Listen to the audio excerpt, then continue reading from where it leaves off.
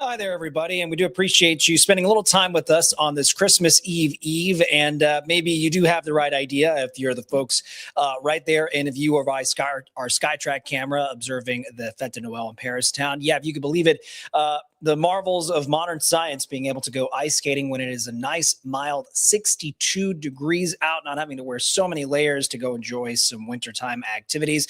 We're going to be discussing a little bit of that tonight. If you join us for, by the way, a special streaming cast we're going to do for Wave News at 11, because right now on main channel, we do have some NBA action playing a doubleheader that's going to keep going well into the night. So once we wrap up here for Wave News Extra, a reminder that we'll be back streaming live for you through our website and all of our different channels, of course, at 11 o'clock. Nevertheless, appreciate your time as we sort of settle into a holiday groove. Hopefully, the same is true for you back home. We do want to get into some of the stories that we've been following as breaking updates over the course of the day. Some of them, of course, very serious investigations and stories. And so we'll start with kind of the harder subject matter a little first. And with that, in essence, just the big story perhaps coming out of Frankfurt, that after 3 hours of hearing testimony, a grand jury declined to indict the man who had been charged in the deadly Kentucky State University shooting. You remember we had sent crews out there when we just first heard of what was going on. And so in the end, Jacob Bard will not face murder and assault charges. He had been claiming, and his attorneys were saying the same thing, he was acting in self-defense when he allegedly shot and killed 19-year-old Dejan Fox Jr. and hurt another student who was shot. Prosecutors presented the entire case to a grand jury of 12. This included video of the shooting and what led up to it. Bard's attorneys argued that under Kentucky law, someone could use deadly force to protect not just themselves or another person. And they were arguing that is what Bard did in this case. The grand jury, which only hears evidence from the Commonwealth's attorney's office, found that the self-defense claim was credible enough to decline to prosecute Bard. I think any parent that can imagine being in those shoes would have done the exact same thing. And I think that's ultimately what the grand jury decided. That was his defense attorney, Jonathan Danks. With no indictment returned, the case against Bard is effectively dismissed. The Commonwealth's attorney says the other student who was injured in the shooting has been released from the hospital. All right, bringing you back here into the studio. We have an update that I believe, I'm trying to remember if we learned about this just last night. It was a pretty staggering update, but in essence, it was a police death investigation. A 15-year-old girl now arrested, tied to a deadly shooting near PRP. We're going to take you to the scene if we can. Let's see if we can do the cut here. So this happened Saturday on Ford Haven Road. At the scene, first responders found a vehicle in a ditch along with 20-year-old Milton Ritchie, who had been shot multiple times. He was declared dead at the scene. Now, authorities are not releasing the name of the girl who they've arrested. Being 15, she's a minor. They won't release that, even if they have sort of court documents that show initials. But we do know that as of last check, she is being charged with complicity to murder as well as robbery. Now, bear with me as I try to make sure we do have some, maybe some glitchiness with my mouse here. But in our other stories tonight, we're learning Nelson County judge is allowing State Farm, the big insurance company, to intervene in the wrongful death lawsuit that's tied to Crystal Rogers. You're familiar. She was the woman who went missing from Bardstown more than a decade ago, and it's a case we have followed ever since extensively. And this is from inside the courtroom, where Crystal's mother, Sherry Ballard, has been suing Brooks Houck for wrongful death. Now, this is a separate matter, being criminal and civil, because if you remember earlier this year around the summertime, a jury convicted Houck for Rogers' murder. He is serving a life sentence. But this lawsuit was filed back in 2023 before the conviction. And State Farm is intervening because Houck's renter's insurance through their company, they argue it doesn't apply to any damages the lawsuit would award. They go on to argue that their policy only applies to accidental bodily injury or property damage and not intentional acts as alleged in the lawsuit. A judge granted State Farm's motion to intervene. The insurance company now has 2 weeks to file their complaint to the court. All right, here we are back in the booth. Okay, So a bit of a palate cleanser, as maybe some of you were tuned into ESPN feeds a little earlier this afternoon. And, if you're a Cards fan, you're also hearing some more about the newer rumors swirling over if head coach Jeff Brom might be tempted with an offer to go somewhere else, a future outside of Louisville. But again, that might be just reports and other outlets that are entertaining. As far as Cards fandom is concerned and the players, they had to block out all of that noise to make sure they could beat the Toledo Rockets in the Boca Raton Bowl. And you're going to find there's a lot of alliteration when it comes to this particular bowl game. See if I can come back here. The Bush's best Boca Raton Bowl of beans. That's going to be fun to say. Who knows when that will run out. But regardless, just a bit of a backstory is, of course, you see the final score here. The Cards got on the board early.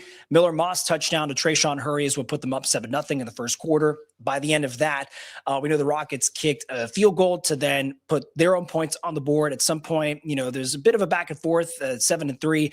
Louisville kind of maintaining the lead for most of the game. And it was a bit of a slog because Toledo was mounting a comeback of sorts in the fourth quarter, and a slog the last 2 minutes of the fourth quarter. There's video likely being shared online and recorded, a bit of a sideline brawl after a tackle against Louisville running back Isaac Brown. And it just sort of extended into the Cards sideline, got a little messy and chippy. Even then some shenanigans with some flags being called to try and, buy some more time in the game. But nonetheless, Louisville Cardinals coming out on top over the Toledo Rockets. Your final score there is 27-22.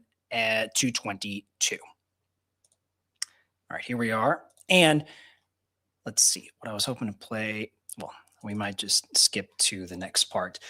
A quote tonight from LMPD Chief Paul Humphrey, and I'll read just the text for you and then we'll set up the story, is when a shootout comes rolling down the street, quote, "You don't get to choose whether or not you want to be involved in it when you are the police," end quote. So as we're waiting tonight for body camera video of 2 recent shootings involving LMPD officers from last week to be released, the department says they are making steady progress on reducing violent crime overall. As the year comes to a close, LMPD themselves, they're reporting a 21% decrease in homicides across the metro year to year. LMPD providing even more metrics. They're saying there are, with a week left, so these numbers could change, but they're reporting 111 homicides for the metro this year. It is a dip compared to the 141 from last year. Police also say non-fatal shootings are down 27%. Chief Paul Humphrey saying they're actually shifting more of their focus and resources to try to tackle a new area, part of town, and still dealing with a rising trend of police-involved shootings. To sort of offer a bit more of a summary for you tonight, Wave News reporter Fernando Garcia-Francescini is looking at the Chiefs' year in review. As part of its crime reduction plan, LMPD designated 5 areas across the metro where they would put additional resources into reducing violent crime. According to Chief Paul Humphrey, total violent crime in those areas is down 20%. And that means that officers are going out there and making contacts with people. They're doing the work that we're asking them to do. In the new year, LMPD will be shifting its focus from crime on Preston Highway and Great Lane to the California neighborhood. That means more technology, more investigative resources, and more police presence in that neighborhood. It's a formula Chief Humphrey says is working. We are getting lots of guns and lots of violent people off the street, and that's an impact. And what that does is that keeps criminals looking over their shoulder because they never know when an officer is going to pop up and interrupt their criminal activity. LMPD is also getting ready to release body camera video from 2 separate police shootings that happened within hours. One happened Thursday on West Chestnut Street, the other early Friday morning on Bardstown Road near the Gardner Lane Shopping Center. And while he wouldn't comment too much on those cases for now, Chief Humphrey says it seems the officers acted accordingly. That is part of the risk of having a society that is filled with guns, and we're going to have gunfights that are going to be amongst the public. And that is what we try not to have, but we don't get to determine that.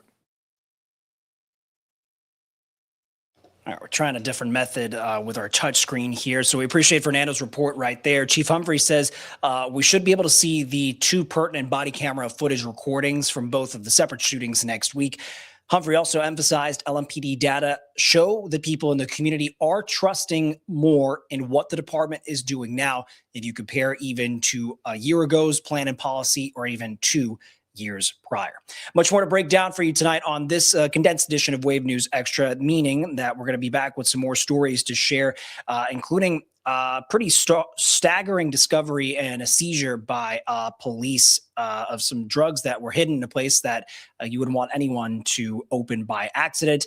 A bit of a check-in, of course, with a volunteer holiday campaign to make sure those who are needing a healthy meal right now are able to share that with their loved ones and their family.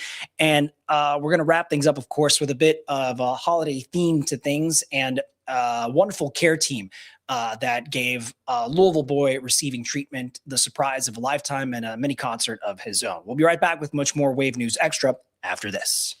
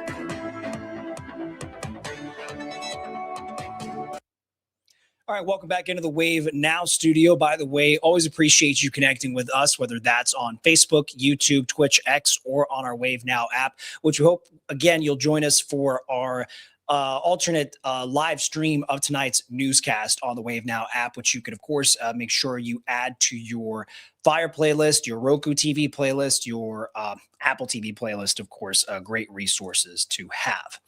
So with that, as we're going to check on more of our stories this evening, Nebraska man is in Metro Corrections custody behind bars, and he's accused of wrapping up boxes like Christmas gifts so he would disguise what was actually inside of them. In that case, it was drugs. 23-year-old Jacob Talamantes is accused of trafficking more than 55 pounds of suspected meth. Police say this happened yesterday. They arrested him during a narcotics investigation at the 11,000 block of Bluegrass Parkway. Jeffersontown police say Talamantes tried to walk away from police, but he was quickly arrested. A police canine actually alerted other officers to the drugs in the truck, which were wrapped in the holiday gift paper. Authorities say Talamantes could face additional charges as this investigation continues. In another update, a woman accused of robbing a Thornton's convenience store with a gun and a child next to her has turned herself into police. 21-year-old Renaya Morris was arrested this morning at the courthouse for first-degree robbery. Police say this holdup happened Friday night, and they add that Morris entered the store with a small child. There was some kind of confrontation, altercation, as they might describe it. Morris pulled out a gun and stole whatever it was from the Thorntons. But tonight, we've learned that she remains in Metro Corrections. And the Jefferson County Sheriff's deputy will have to answer to charges that he forged documents after investigators say he was faking car inspections. Christopher Robinson, accused of forging the documents connected to salvage vehicles while he was working in the Sheriff's Department's auto inspection unit. Court documents tell us that Robinson allegedly admitted to certifying inspections without ever even looking at the cars. The sheriff's office also confirming, saying Robinson has been suspended without pay. His charges officially include forgery, perjury, and official misconduct, and he is due back in court on December 29th. In a story we have that will tie into sort of the holiday theme of things as we get a little closer to Christmas Eve and Christmas Day right after. 15 years of work, thousands of smiles given. That is what the Boxes of Love campaign and program has provided to so many people in the metro who needed a bit of a boost and a warm belly this time of year. It is a meal in a box that serves up to 4 in whoever's group needs it. And as Wave News anchor Rob Wells explains, while the concept is basic, the value is priceless. You could call it Santa's Workshop meets 4th Street Live. More than 100 volunteers gathering before the crack of dawn to make the holiday season a lot brighter for so many people in need. The ham and side items, along with other food basics, hauled in by forklift before dawn near the 4th Street Live stage. We had people coming up to us saying, hey, can I come back tomorrow and get a box? And so the community is seeing what we're doing, and then we're encouraging them to go and sign up so that we can make sure that they're receiving a box next year. Then, much like a well-oiled machine, volunteers package the goods for the 15th annual Boxes of Love event. You know, the need in our community has only grown over the years, and that's why I'm so thankful to all of our friends and organized labor that do this every year, and of hundreds of people that come together to support one another. The Metro United Way works with dozens of companies who help to buy the food from Meyer to create the magic. As soon as this is over, they'll start planning for the next one, right? And our goal is going to be to meet every need. So it's 1,600 this year. If we can do more next year, we'll do more. Union members, veterans, first responders, and 4th Street Live staff say it's a small way to give back to the 1,600 families in need across Louisville and southern Indiana. It doesn't happen without you, and we truly appreciate every single person who showed up today. Once prepared, the Boxes of Love are taken to places like the Minister King Solomon B. Church, where recipients selected to receive them pick them up. And when you have food and everything is comfortable, you are happy and you're joyful. It is important to us that we be an instrument used by God to reach out and touch somebody and give them hope. The concept is simple and kind, though a simple thank you doesn't seem to express the true gratitude. This is going to bring joy to my household. It really will. Rob Wells, Wave News. All right, here we have another live check of the holiday magic and a nice leisurely ice skating at the lap there at the rink at Paristown, thanks to our SkyTrack camera, and not a bad temperature to do that with. Even the kids, of course, will need some layers to make sure they're just not too cold out there, still 63 degrees. A reminder that when we do have our streamed newscast tonight at 11, meteorologist Ryan Hope going to let us know that the mild temperatures, we're talking these highs in the 60s. They do come with the rain chances as we move through tonight, heading into Christmas Day. And sooner rather than later, looking at next week, we're going to be talking finally a dip into much more winter-like territory, some lows in the teens even not too far away. We'll be right back with the last round of stories on tonight's edition of Wave News Extra after this.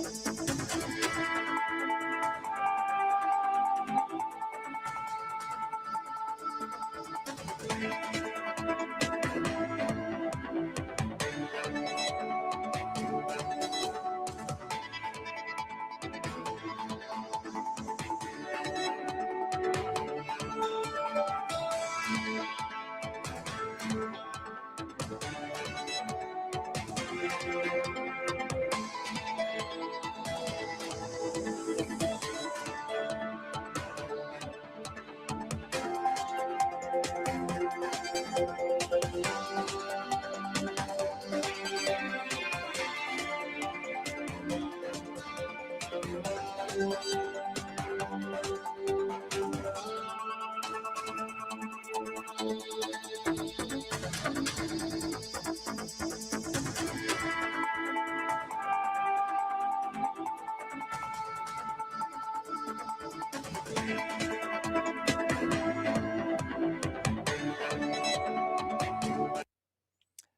there, everyone. A little more to get to as we're about to wrap up this condensed edition of tonight's live stream, which we'd always do appreciate you joining us. Even if it is that time of year where we're sort of maybe all just sort of disconnecting or spending more time with our loved ones, what we're doing here at Wave News and in the Wave Now studio, of course, is making sure that you're up to date on the stories that are happening in, close to, and around our community. Just so you know what is going on in our backyard. A lot of that is part of our What's Good series, and we do have something really cool to share with you coming up in just a bit. And an update to the now burgeoning medical marijuana sort of industry here in the Commonwealth, because it's still trying to get its legs under it. Less than 2 weeks after this opened, Kentucky's first dispensary is temporarily closed, but the message on the Post Dispensary's website says it's because they're sold out. They've sold out their product. They're temporarily closed to have to restock. This is the store in Beaver Dam, which is in Ohio County. They just opened December 13th. And products at the store, which eligible customers could buy, they were all grown by Farm Tucky, which itself is the first licensed cultivator to bring medical marijuana to this market. The website's message says the dispensary plans to reopen in January to give themselves a little time to reset. Moving now to a story of a tribute to a longtime public servant here in the Metro, and she passed away earlier this year. She was honored today with a portrait dedicated to her and a hallway renamed in her honor inside the overall Louisville Metro Heart. I want to show you a picture of the late Bobby Holzclaw. And actually, not a picture. This is the new portrait that they unveiled. Holzclaw passed in September. She first took office in 1999, 98, 99. She'd served Jefferson County for more than 20 years. City leaders named the space in the building Holzclaw Hall in her honor right there. Since her passing, Mayor Craig Greenberg appointed David Yates to serve as interim clerk until the 2026 election. Yates says that Holzclaw served her community with kindness and understanding, and he says he has been inspired by her to do the same. Meeting with the staff and the people who are dedicated to this office, so many had a story about this individual, Bobby Holzclaw, about how they uplifted her, how they inspired her, how they made them feel seen. We can only hope to be able to rise that level of service. Holzclaw's family was there to join city leaders for today's ceremony. Hopping over across the river, many people had Indiana on their bucket list destinations list last year. Leaders say that actually then made for a record year for tourism across the Hoosier state. Indiana Governor Mike Braun released a new report, The Office, showing apparently tourism continues to bring in quite a lot of money. Around 83 million people traveling to Indiana in 2024, spending nearly $17 billion across all these kinds of communities. Governor Braun, with the report, making the statement that tourism means jobs, stronger main streets, and economic growth, as he put it. Coming back here inside of the studio.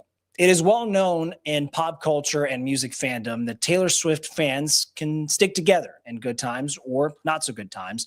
When a Louisville boy learned he was going to be stuck in a hospital and he could not watch the newly released documentary series from the comfort of his own couch, hospital staff in Indianapolis came together to give him a moment he will not forget anytime soon. His name is Henry. He's an outgoing, active 12-year-old who loves cheerleading, all things UofL, and his stuffed animal sloths.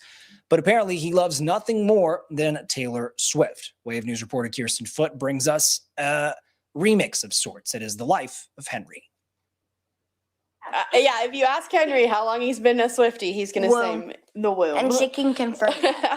When Erin Henson was 20 weeks pregnant, her son Henry was diagnosed with spina bifida, a birth defect where the spine doesn't close completely. I would listen to songs like Long Live and Fearless and, all of that. And I would actually put headphones on my belly and he would go crazy.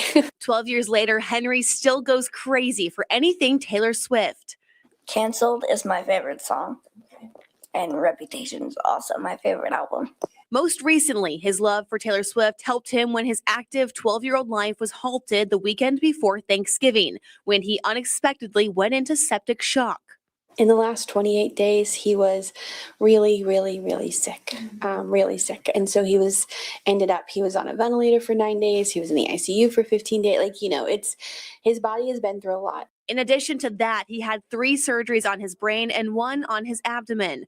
During that time, Henry was transferred to Riley Hospital for Children in Indianapolis, where he met child life specialist Maddie Rodriguez. I just remember I walked in and he was getting his eyes dilated, actually. And he whipped his head at me right away and he kind of looked me up and down and goes, are you a Swiftie? And I said, obviously. And he's like, okay, great. We'll be best friends.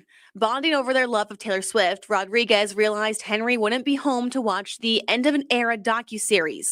So she and her team came up with the next best thing. Well, we have a big performance for you. The newest addition to her album. His name was Henry. Came to Riley being trendy and friendly. Indy's a big ring. In the words of Taylor, I died dead.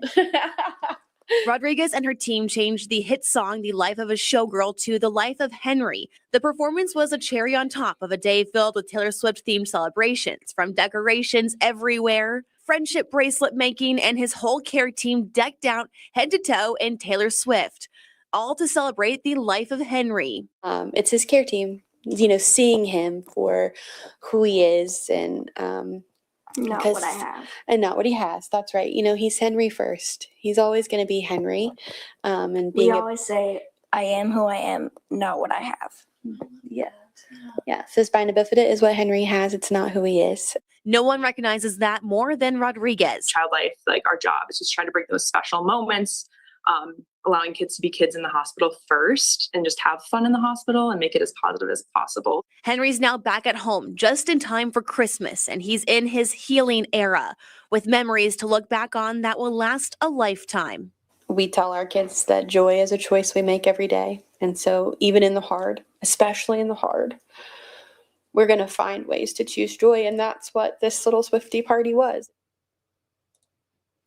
Our thanks to Kirsten for sitting down and sharing their truly inspiring story. Henry, by the way, says he wants to pay things forward to his care team at Riley's Children. That's why instead of him receiving Christmas presents this year, he's asking people to donate to an Amazon wish list for the Child Life team at Riley's, that's the hospital, so they can continue to spread the magic that they shared with him so that other kids can feel as special. There's more information if you'd like to learn a little about that on Kirsten's story online. That is on wave3.com. Our last check-in of the night, Santa Claus getting ready for the all-nighter that lasts through every time zone Christmas Eve. NORAD continuing its tradition. The North American Aerospace Defense Command once again tracking Santa Claus on radar as he'll make his journey across the globe. The Santa Tracker is going to go live on war.gov tomorrow night, last check. So this is coming up soon. If your kids want to track Santa, they can look online or even call to directly talk to a Santa Tracker, and the number is available online. You can check the listing and the information related to this too, and they'll be able to tell callers his current location starting Christmas Eve through midnight. But again, just the tradition that the NORAD Santa Tracker, for maybe a lot of you checking in where he is flying, will be something really cool to have incorporated into your Christmas Eve preparations. As we're about to wrap up, a reminder that any breaking news, updates, original reporting, in-depth investigations, troubleshooters, updates, all that at your fingertips right here on the wave3.com website. And even on the holidays, our digital team is hard at work to make sure this is all updated and relevant to the stories that matter to you, of course, here locally and regionally, the things happening in our neck of the woods here in Wave Country, and even the other stories that might have a significant impact as we're all sort of getting together and spending some quality time and hopefully some rest and some downtime on the holidays as well. But for those who are still staying hard at work, rest assured, if this is information we're going to stay on top of and let you know what is going on. That's going to do it for us tonight. Again, a quick reminder, if you already know how to access us on our different social media channels and on the Wave Now app, while there is NBA action playing on the main NBC feed tonight, we're going to have our newscast airing on our stream channels. So again, just to reiterate, we're going to live stream starting at 11. Hope you'll join us then. I'm Jose Sosaya on this Christmas Eve. Hope everyone is well and staying warm. We'll see you back here a little later tonight.